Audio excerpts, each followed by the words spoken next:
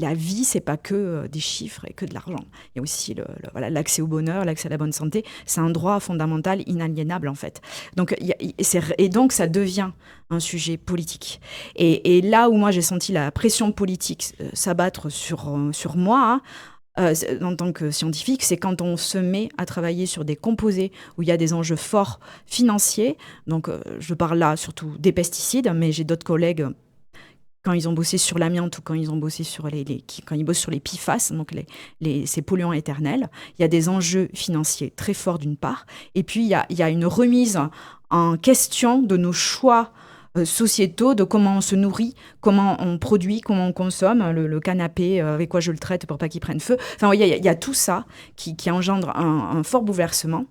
Et là, moi, ce que j'observe quand même depuis quelques mois, en tout cas, c'est que vraisemblablement, quand je vais voir des politiques et quand on leur parle de ces problèmes des pesticides qu'ils savent, et on l'a vu pour le glyphosate, on est quand même face à des murs. Et le mur, pour moi, là, en ce moment, est beaucoup plus épais et beaucoup plus fort et beaucoup plus haut.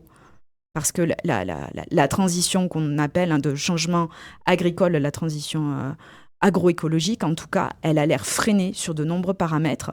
Et ça va se traduire avec des augmentations de cancer chez les professionnels, chez les agriculteurs, les premières victimes, et puis sur l'effondrement de la biodiversité aussi.